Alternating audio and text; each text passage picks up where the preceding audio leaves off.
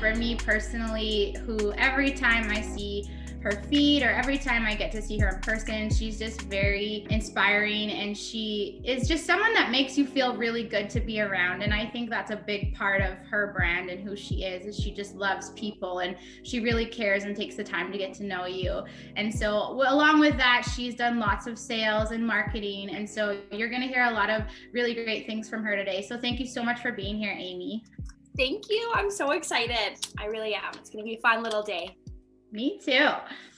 So I've just been going with people's journeys. So let's start with yours. Like, what, when you were a little girl, like little Amy, what did that look like for you? What were the things that you were interested in, and what did you like to do? Totally. I grew up riding horses, actually. So I was a horse girl, a strong Alberta girl.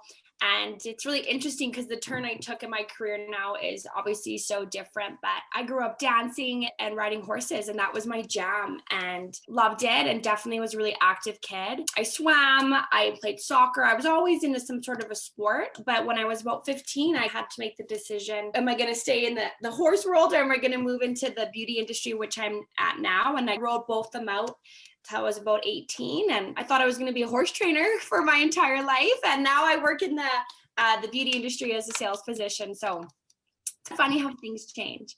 Yeah, like a big change from horses to beauty. Big change for sure. So who were some of the influences in your life when you were younger? Well, that's a great question. My dad is a huge influence to me. My mother, love her to the moon and back, but in a business world, definitely my dad. He's a business coach. He is a human resources specialist, and he teaches leadership and training, and was very transient through his career for a very long time. And I think I really model after him in that sense, working with people and really making sure you just don't put yourself into one hole, and you can be fluid. Definitely learn from my dad. My mom is the biggest angel, sweetheart, rose-colored glasses. And I really think that's where I got my positivity from, is my mom sees the best in everyone and everything. And even in some really challenging times in her life, through divorce, through a diagnosis with multiple sclerosis, she's just the positive. Oh, she's the best, just an angel. My parents, for sure, really shaped who I am today. And funny enough, I don't even want to tell you this. As a kid, I watched Oprah every day. And I would never miss an Oprah episode. If a friend would ask me to come hang over, I would go home and watch my 5 o'clock Oprah episode, and then go to my friend's house, or go to my friend's house and then make sure I could go back and watch my Oprah episode. So I always laugh and say Oprah was a huge inspiration for me. But I feel because with her spirituality tied into so many of the episodes, that's a huge thing. I'm a very spiritual person. So those are my people. I love that. And I think Oprah, I think it's safe to say she's influenced a lot of people. A lot of people. Yeah. So totally. You don't have to feel weird about that at all. Good. So you talked a little bit about your mom's journey and through divorce and going through medical things. Like what? Yes. How did those things impact you when you were younger? You know what? That's a great question. My parents separated when I was about 13, probably divorced about 15. So very traumatic age at that time. And they're both lovely people, and no one did one thing wrong to another. And then it really changed the shape of our family dynamic, of course. And then my mom got diagnosed with MS when I was 17. They thought she had a stroke. She was in the hospital for quite some time. So it definitely changed the dynamic. So from about 15 moving forward, I was very self-sufficient and very self-serving, not in a selfish way, but I had to do the things I needed to do to make sure I grew and I took care of myself. So I became incredibly independent quite young, and with the support of my mom and dad always, but I just definitely grew on my own in that way. Yeah, and I think that can really change the trajectory of your life. Exactly, totally. So within my mom's diagnosis, I think I found a lot of strength. I think it challenged me. It did challenge me in a million different ways. And she's great now. She's doing really wonderful, and that's a blessing. But definitely, I think those, I don't want to call them a roadblock. It is what it is. It's a life milestone. I wouldn't say it's a positive one, but it is what it is. You have to take those things and grow. So my mom doesn't let MS stop her, where a lot of people would. Definitely amazing story for sure. Yeah, and I mean, I think that there's this common theme even in the interviews that I've been doing, this space of like when it's really hard and when things are really tough, that's when a lot of strength comes out, and Yes. finding your voice and finding who you Yeah. are. I know you, and I know that you know who you are, which is why I really want Mhm. you to be on here. But just maybe speak about that space of speaking your truth and owning who you are. Totally. And that's something I've really worked on for a long time in my life. I felt that when my parents divorced at such a young age, that I had to come up with my own identity rather than being their daughter, if that makes any sense. I started working when I was 13 at the stable, and then 15 years old at the salon, where both very young ages, where I had to grow up quite quickly and create a sense of self and fluidity in whatever role I was taking. So I really had to find myself quickly. And so many times I've adapted and I've changed, and I can always grow, but I always have to recognize who I am and what serves me best. And I know when I get that ick, and I know when I get that this isn't serving me. When maybe a job position or a friendship or relationship is over, I know so far in advance that it's done, because I can feel that. So definitely been able to really connect with who I am, and I know when I'm off. And it's definitely something that's hard to learn, but when you can harvest that, the world's your oyster at that point, and then everything else just continues to flow. So it's the most important thing is to find yourself. I love that. And for you, I would assume this, but when you do tap into that feeling of, okay, this is off, and you straighten it out, do you feel like things start to align for you when you kind of like take that shift? Always. I can really internalize. My brain always is going, but I know when something's off. And then when I acknowledge, and then maybe I'm releasing that or pivoting, everything will always work out smooth. Of course, like anyone can get stressed out, but I really trust in the universe. I really know things will always pan out. And I think the sounder you are with yourself and the more confident you are in yourself, it doesn't have to be in your looks or your physique or your financial stability, but just who you are as a core, everything will flow from there. And what is meant to be, I believe, will come through. I love that. Okay, you just said something really powerful. It's not about your looks. It's not about your physique. It's not about any of these things. And I think these days, so much emphasis, especially in a personal brand or in people trying to put themselves out there, is based on these things. So you being in the beauty industry, how do you look at that? That's a really good question. Definitely something I've struggled with in the past. When I was about 21, I developed disorder in my eye, where I developed a double vision issue through the chemicals in the beauty space, where my right eye actually turned in. So my pupil became cross-eyed, and then it was fixated in my tear duct.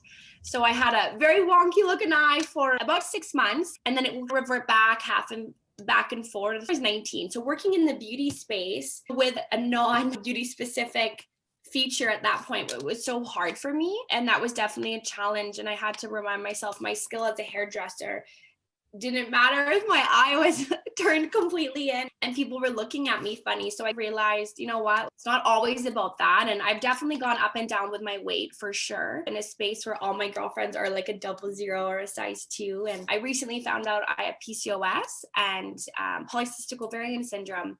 And I had put on about 28 pounds in the last year, and I couldn't figure out why. And I always still felt confident in my body, but now knowing I have a diagnosis and why.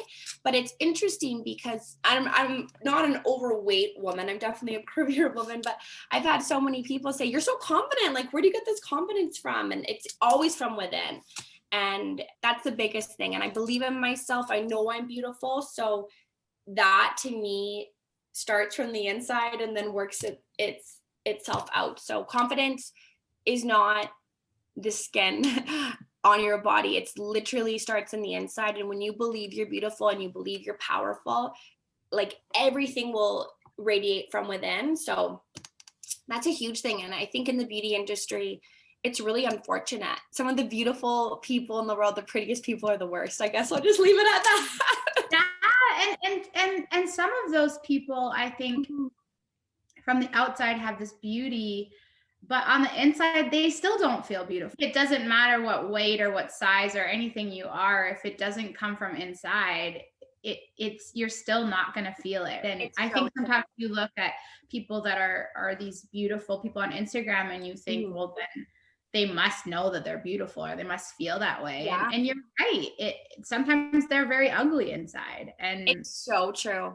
I've worked with a lot of the influencers in my career, whether it be helping them with their social platforms or when I was a stylist or makeup artist in those times. And they're beautiful, but they're so unhappy. And it's really scary. And that's always stuck with me. And it's funny because I feel like social media is a beautiful thing. I love it. I coach social media, help social media, but I feel that these young women are looking up to these like fake personas of these edited images, and it's just not real.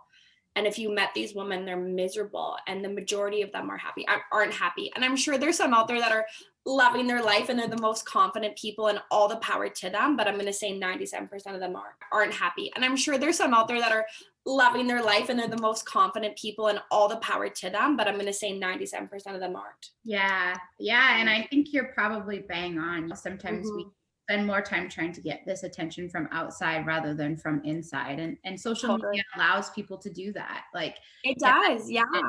Gratification. So as you navigate through these different roles that you do, and you mentioned helping people with social media and things like that, what are the things that you want to, like, who's your brand? Who are the people you want to help, and who are the people? It's so true.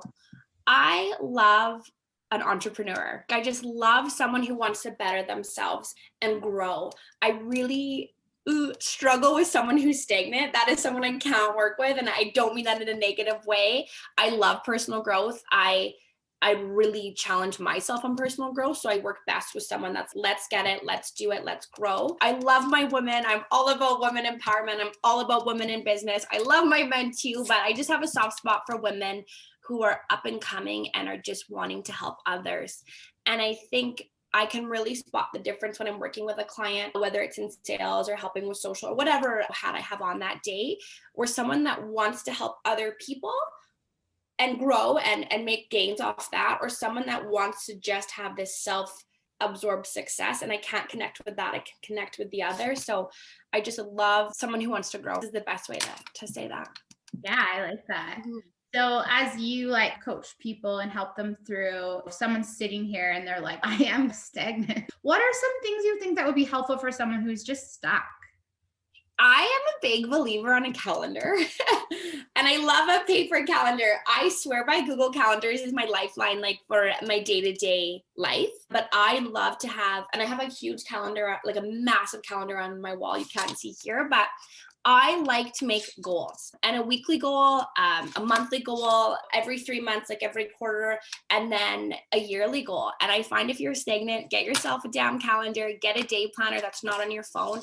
Physically write down what you want to achieve. Physically write down, today I'm going to make a post and get myself out there. Today I'm going to take this leap in my business, whatever it is. There's something so powerful to pen and paper. And it's funny, like in the business world I work in right now, I'm so old school. Like I take all my notes. I love to have pen and paper. I want those things because it's beneficial for me, but I really am working on adapting into a digital space. But get a calendar, print it out, and pen to paper, make your goals. And then if you don't do it, you're not gonna grow. You're gonna stay stagnant. So that's definitely something I push.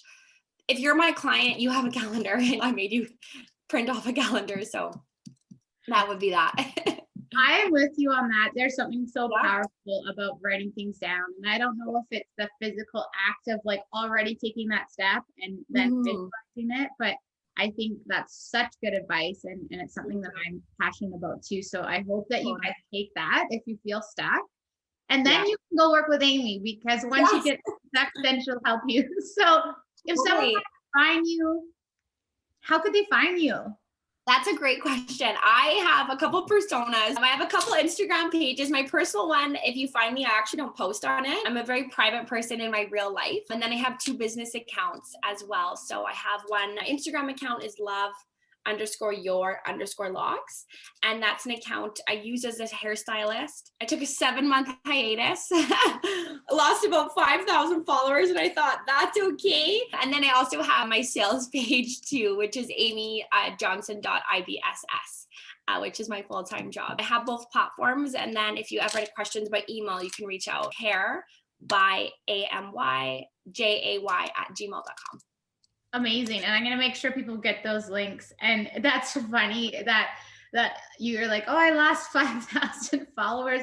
But you know what? I think what's beautiful about Instagram is that if you take a break and people leave, then they're probably not the right people anyways. And you begin to grow it with the people that actually want your break, right? It's so true. And you know what? It's funny because I always preach, don't be fixated on the number. Like the number really doesn't matter of the follower count. Truthfully, the more you have, sometimes it actually inhibits your business. When I was behind the chair, for example, I had left a salon I had worked at for 7.5 years. I moved to a salon on a predominant area in Edmonton, White Avenue, which is like the cool university area. I worked there for a hot minute, didn't vibe, it just didn't feel right. But I signed a non-compete form for 10 kilometers radius. I had to change my Facebook name at the time due to the contract working with this company. So I left and I had no clients. And I was like, what am I going to do? So I picked up my phone. This was like 8 years ago, made a social media page, and I had 500 followers at the time. And I had booked myself out completely in 1 month for the next month as a brand new stylist. It's a powerful tool, but I tell people the number doesn't matter. If I'm getting business and I was able to pay my bills and be fully booked with 500 followers, why are we so fixated on getting 10,000, 15,000, 20,000? It's not the point. It's the engagement that you have and the business that you make, because you could have 1 million followers. Cool. Are you getting a client from that? Are you making financial gains from that? I don't know, but that's something I think people need to break that mold. It's okay that you don't have 1,000 followers. It doesn't matter. Yeah. And that's really good, because I think a lot of people get discouraged, or they feel like, oh, well, what I'm doing doesn't matter. No one wants to see it. And I think that you're so right. If it's 30 people that are every day getting touched or getting whatever by what you're doing, that's so much more impactful from a million people that don't even know your name, really. Totally. Yeah, it's so true. Yeah, that's good. So thank you so much for being here. And I know for those of you that have decided to keep these recordings and save them, Amy's going to be back with some social media stuff, and I think that will be really worth your while. Definitely make that thought maybe something that you put into action and get hold of those recordings. So thank you again so much, Amy. Thank you so much. Have a great day, everyone.